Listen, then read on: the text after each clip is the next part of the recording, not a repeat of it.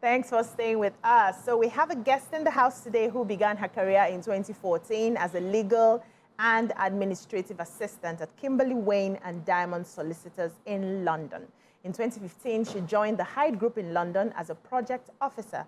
Also in 2015, she was named one of the young beneficiaries of the Prince's Trust Enterprise Grant Mentoring and Support Program, which was led by King Charles. One of her many achievements include her appointment as the Executive Secretary of fellowship program called Lateef Jakande Leadership Academy, a program which offers mentorship to the next generation of young leaders. Welcome with us, Ayisat Olabimpe Agbaje-Okunade. Aisha. Yes. It's fine. It's spelled Ayisat. Okay. Is it the same? Shoot your shot, it's fine. Welcome to the show. Good morning. Thank you for having me. Thank you so much for being here. Your CV is loaded, though. Loaded. Woman we love for real. And let's talk about why you decided to get into leadership, first of all. Okay, yeah, so I think something we missed out there is also the fact that I actually started my career in Kaduna State government, my career in public service in Kaduna State government. So I also happen to be an alumni of the Kashim Ibrahim Fellowship, which was a leadership fellowship started by Madam Governor Nasir El-Rufai before I was a special assistant in Kaduna State. So I was in Kaduna for a while, and then I moved to Lagos. Then I was appointed senior special assistant by Governor Agbaje-Okunade, and then I'm elevated to this new role, which is the Lateef Jakande Leadership Academy, which I have the honor of leading. So that's really how your journey into leadership was inspired leadership. Oh, yeah. Why did you choose to be in this line? How were you spotted? Did they find you? Destiny? Were you born like that? Were you born like that? It's easy to say I was born that way.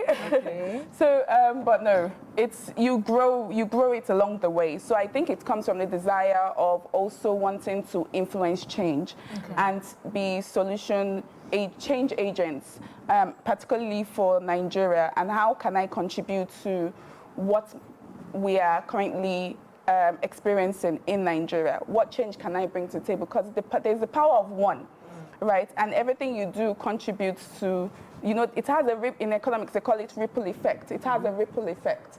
And I think sometimes we underestimate the power of one so greatly that we don't understand how it contributes to the greater or the macro space. And I think I understood that as one person, I must also be able to effectively add my own quota to the system, and also to do that judiciously and also in a good way, in a change-oriented way.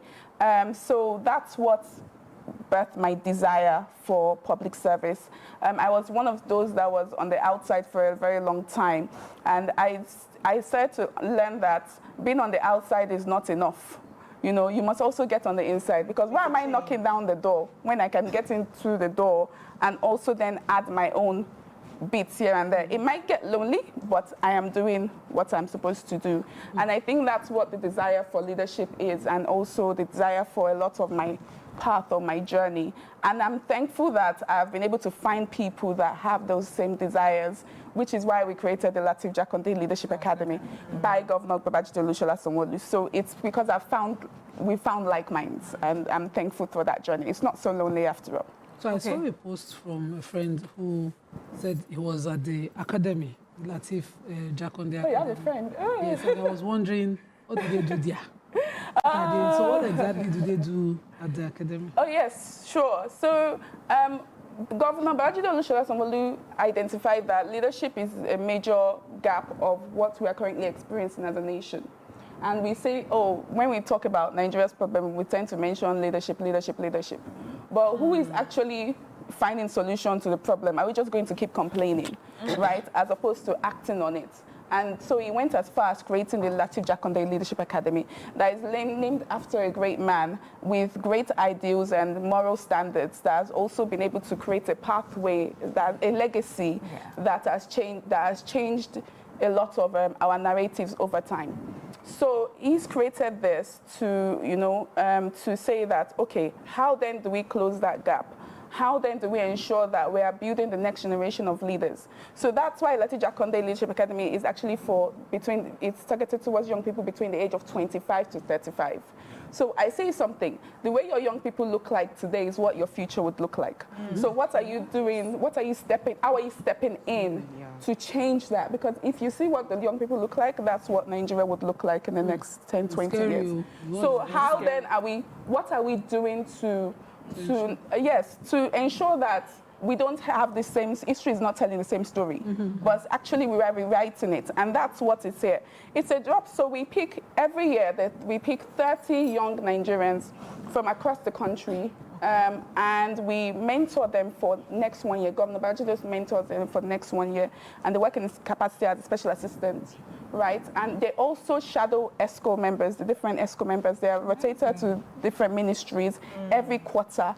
It's a fully paid fellowship, fully residential, right? And the young people on the program are exposed to world leaders, to different leadership perspectives. So they've met the Agbaje-Okwanes, they've met the Miss Bola Adesholas, they've met the Sanwo-Olus, they've met the Obafemi Amzats.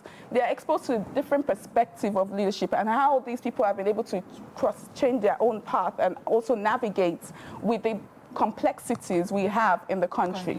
And so to inspire them to also navigate effectively. So part of the curriculum also is we also work closely with the Aspen Institute in the US, which is, we work with ALIWA, so they have an extension called ALIWA, which is the African Leadership Initiative West Africa.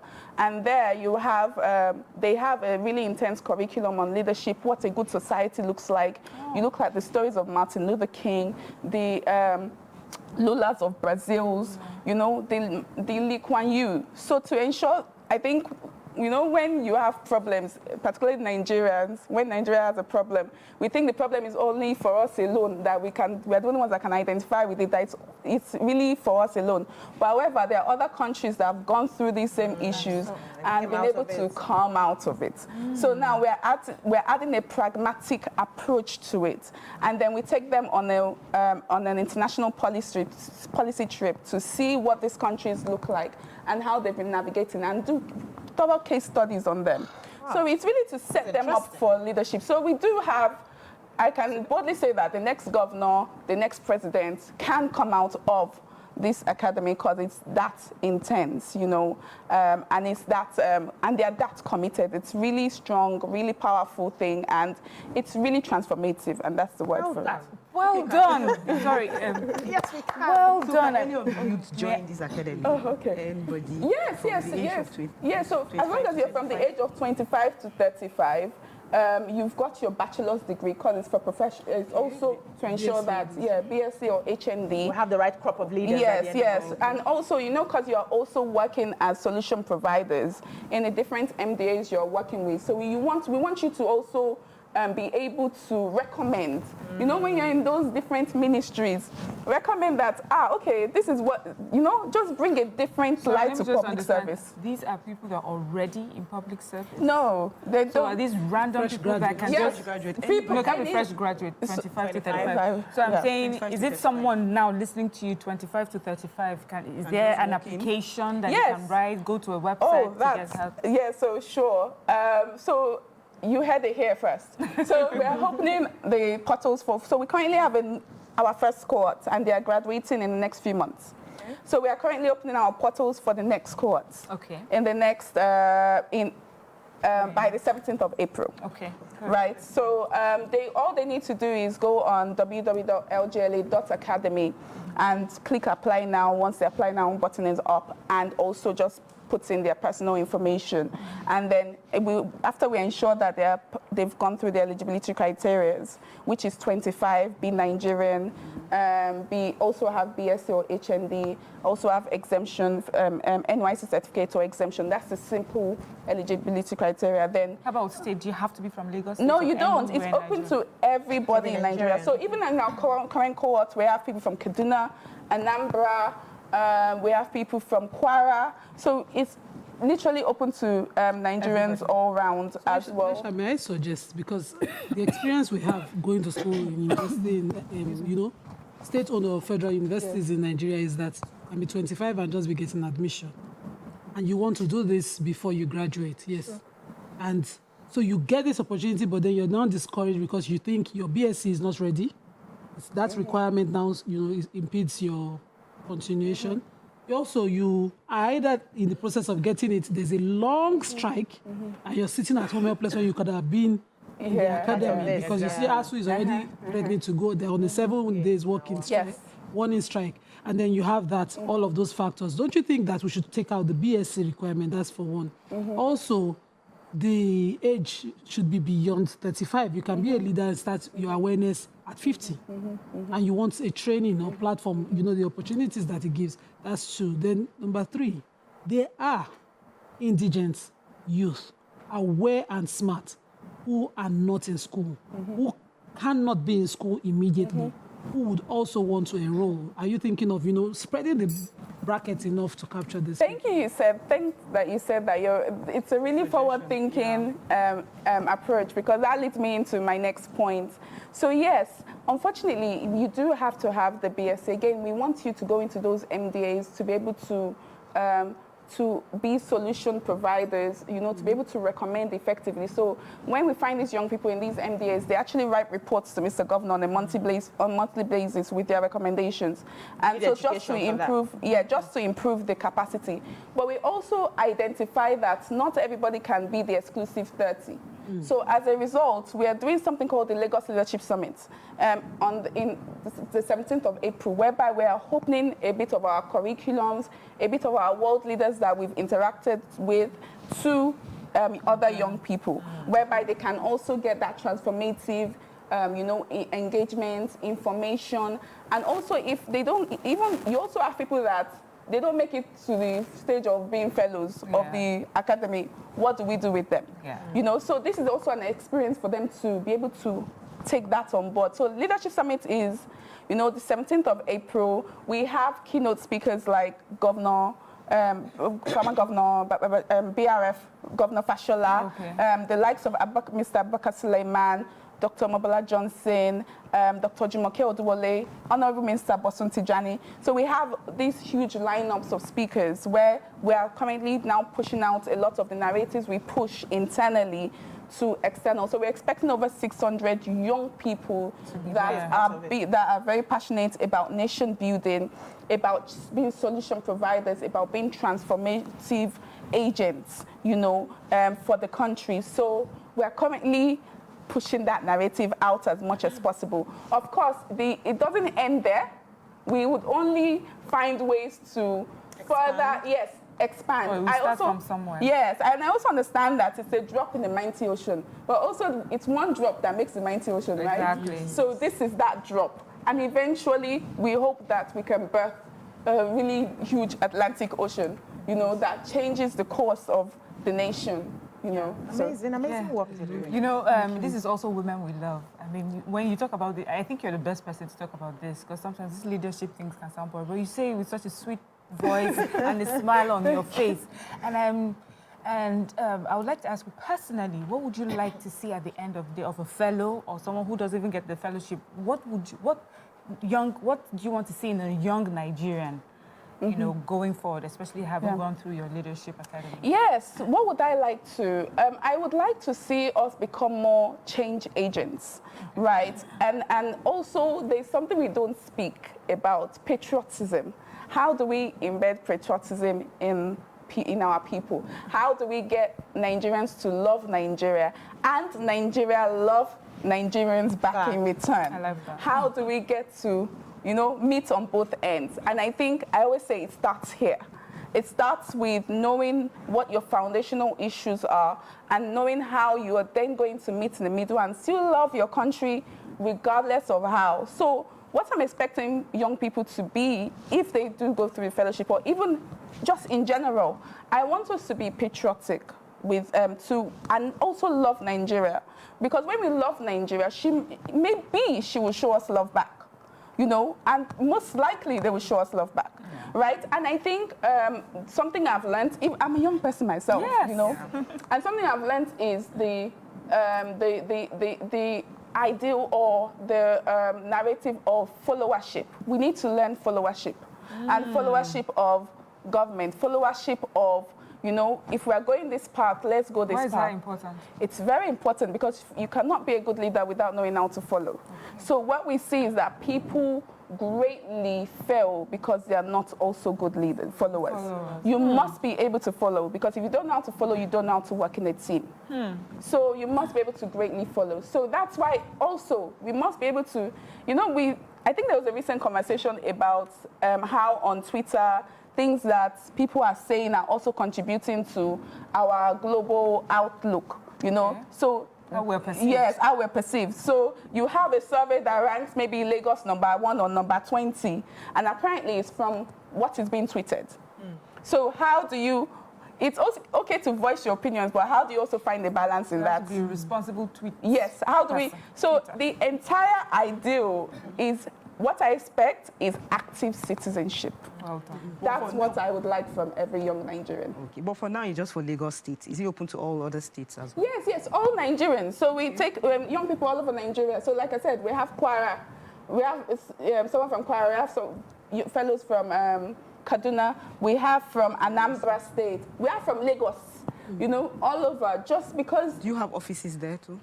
No. So it's fully residential. Yeah. Okay. So we accommodate them for the next 1 year. So they are fully mentored by not just Mr. Governor himself, but by other world leaders, you know, and taking on to chart a certain course, you know, and to get a different, you know, it's just really transformative, you know. So what do they do to be eligible? What do they do to come in? Do they have to write an exam? Yes. So obviously, I was going to After your go there. certificate, you write an exam. No, after get in. to get in. BSc. No. BSc is, you know, it's just a number of, it's it's just eligibility criteria. Yeah, then you so come in it's and write not, exams. yes. So, you know, I know we're all very familiar with fellowships outside of the country. We have the Mandela Washington Fellowship, we have the this, we have the that. Which one is Nigerian based, and this That's is what is we're home doing. based? Yeah, I get that. Okay. So, so let me bring it that it's home-based.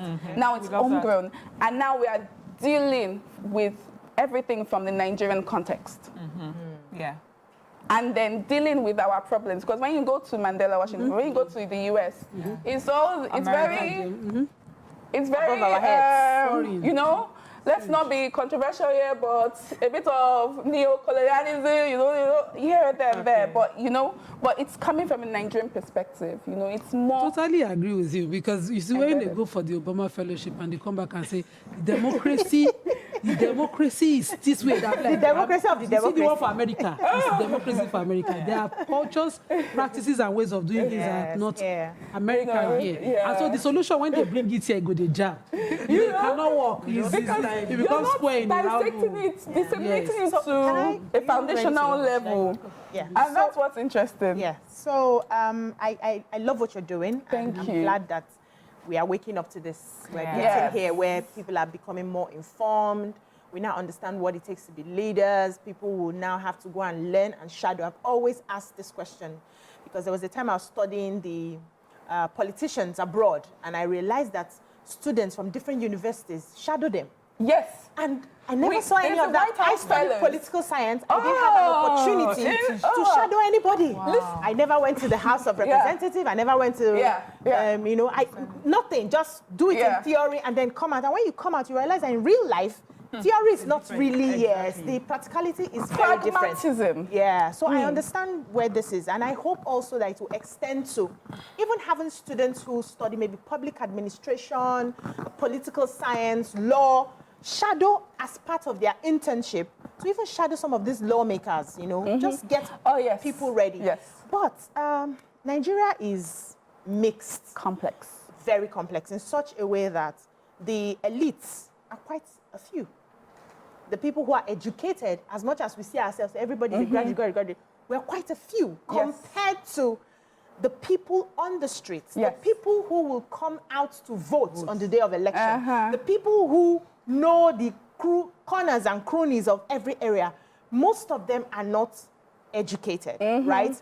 But some of them have, just like she said, some leadership qualities that can be harnessed. So in the future, is there any way we can open up a bracket where we have the fellowship for the graduates? Yes. Then we have another type of leadership fellowship for those people on the streets Yes. who are the, would I call them the foot soldiers now, Yes. who would carry the mandate Yes. after we speak Yes. English and go. Yes. Yes. They are the ones Yes. that know the yard Yes. Yes. that would go and gather the votes and pick our leaders for us. Yes. Most times we speak English and stay in our beds. Absolutely, Yeah. absolutely. I call it tautology, So I totally agree with you. This is why we are, like I said, with the Leadership Summit that is happening in April 17th, what we are trying to do is get everybody, young people that are very interested in nation building to come, to that. Let's start from there. So like I said, we're still also going to reevaluate as time goes on, ways we can also be able to reach as much.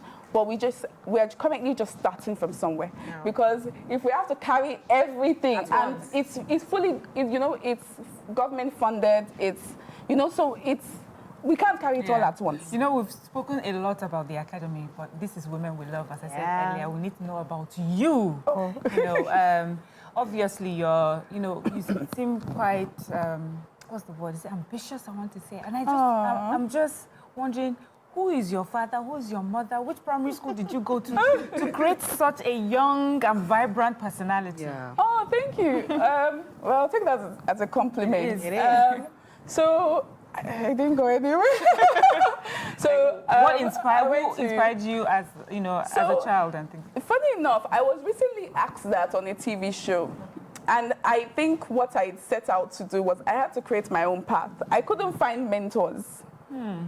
Because, people find mentors from family sometimes. What you see in your home, you start to, your first mentorship thing starts from home. I didn't have that at home. So I then had to forge my own course. And how I did that was obviously letting my own goals and ambition be the driver. And I'm also of my decisions. And I'm also a very spiritual person. So, I just had to chart my own course, and I had to find what drives me, and Nigeria drives me. Wow. I love Nigeria. Wow. So yes. What about Nigeria drives you? So I think Nigeria is such a beautiful country, and as someone that's been to a lot of countries, Nigeria, we don't talk enough about our beauty. It's a human thing. When you have problems, you forget the good things that God has done, and you focus on the bad things, things that are not going right. Yeah. It's a human problem. So then someone has to intentionally speak to you to change that narrative a bit, so you can focus on what God has done and how the things are going right. And I think that's exactly the same for Nigerians.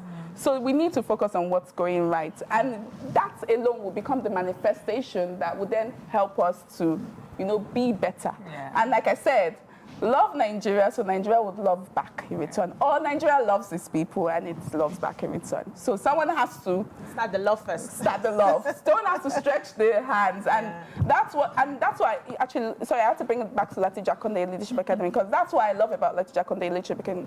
Because even as someone that's gone through a lot of these fellowships, it tells you where Nigeria started from. So we do like a crash course on how Nigeria started. The first coup, what drove the first coup that we experienced, that then resulted in Biafra. Actually, the narrative is that it's probably ethnicity. It's not. These are just passionate young people. Speaker. You know? You don't want us to ask the questions. That's all the Is your guy supporting you? How many insurance do you have? How do Are you married? balance life and whatever? You don't allow us to answer this personal question. Yes, I am married. So how do you balance life? Is your guy supporting How you? busy did you Oh get? yes, he's so You know? supportive. And so I think that's one of my greatest blessings. I actually just got married a year and a half ago. Oh, wow. Yes. I'm still Fresh. I'm very Very fresh. I'm going to clock 2 years in August, and I think the beauty for that is that Mr. Okunade has been amazing, and he's my major driver. You know, when a man holds your hand and he says, I'll wait for you to go. Oh my goodness. You know, Congratulations. He's probably watching this. So This I'm is how probably it is. experiencing that. So I find myself sometimes, because this is a new thing, and I find myself working more than the average hours, and even most of my team members, which is really amazing, and I'm very lucky to have them. I find them, and my husband is literally probably drove to work to pick me up and literally waiting till I'm done. Waiting till I get home. So it's very, you know, it's immensive. Miriam said, see how it's done. That's how it's So done. I think because I know where I want to go. Thank you for So I sharing. had to also be very selective. Thank you for sharing Your that. head was You there. select well. Because you had a previous topic that suggests, you know. Yeah, no, I was very selective, and I took my time with him, and he's very. He's a feminist.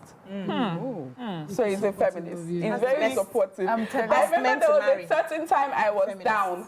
I was just depressed because obviously, you know, sometimes it gets overwhelming. And when you're also young and you're like, I'm also trying to, you know, see if this 30 thing is making sense, you know. And he said that, I married you because you are strong. What's this that you are doing? You know, so that was just like a wake-up call for me to get out of bed and literally get to work and try to do it all over again. I'm happy you have a good partner and spouse, because they always talk about marriages can make or marry you. Look at how you are. Imagine Glowing. if you were in a bad marriage, then this would have just been That you're chaos. living in the morning trying to make up results and all. Say no, come and cook egusi soup. And you must be a submissive woman. All right, The problem with that is that I won't be able to spread the love. I won't be able to spread the love. I won't also be able to, you know, understand what transformation looks like. If so, you were caught up in that. yes, kind of and then. So we're happy for you. Yes. We're happy for Thank you Thank so much. so much, and thank you for the good job you're doing, Thank especially with Lagos State. That's the state that is called the pace setter. Yes. And we City of excellence. are hopeful that other states will, you know, learn from this and do some other things in their own state so that it becomes a holistic Nigeria, Yes. not just not just one Lagos side prospering more than the other. side. We have been speaking with Ayisat Agbaje-Okunade. Thank you so much for being here, being married to a wonderful man. Yes. Thank you, Mr. Okunade, for taking care of our sisters. Thank you. Keep it up, as you say. Keep it up. Thank you, guys. That's all we can Thank take on you. the show, ladies. Thank you so much. We'll see you again tomorrow. Bye-bye now. Thank you.